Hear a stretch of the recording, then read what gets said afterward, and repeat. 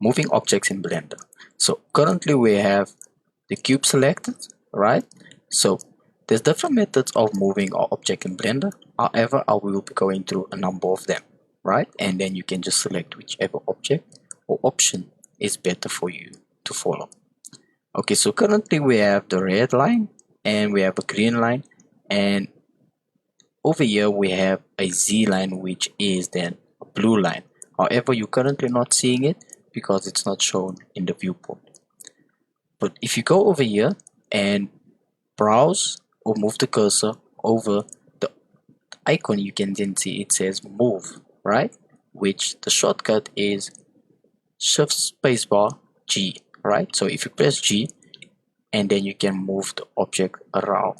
Okay, so currently I press G and now you can see that I'm moving the object around. Okay, so I'm just going to right click to deselect it, and it's moving to default place. Okay, so if I do go over here and select the move tool, now I can go and select this, and you can see that it gives me different axis. Remember that the viewport is a 3D space, so that means that we can move it in 3 directions, which is the Y, which is the green, which is the X, which is the red, and which is the blue, which is the Z, right?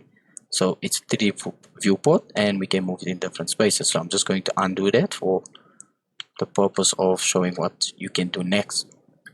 So next we have the rotate, right?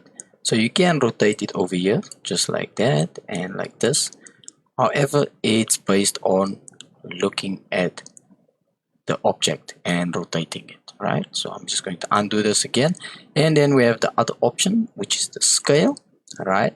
And like I said, you can just keep the cursor or hover the cursor over it and it will show you a number of shortcuts and what the tool should be used for. So scaling it, you can then now scale it in different axes or directions. Okay, and now I'm just going to undo that as well, and we have another tool, which then is the transform tool, and as you can see, it currently has all the tools combined into one tool. For example, we can scale over here and then we can just rotate, and as you can see, as soon as you go over to the tool, you see that it's highlighted. Like for example, the blue tool, if we go over it, it's highlighted, so it shows that we're going to rotate or move it in the direction that it can go. Okay, and just like that. So let's just undo that once again. So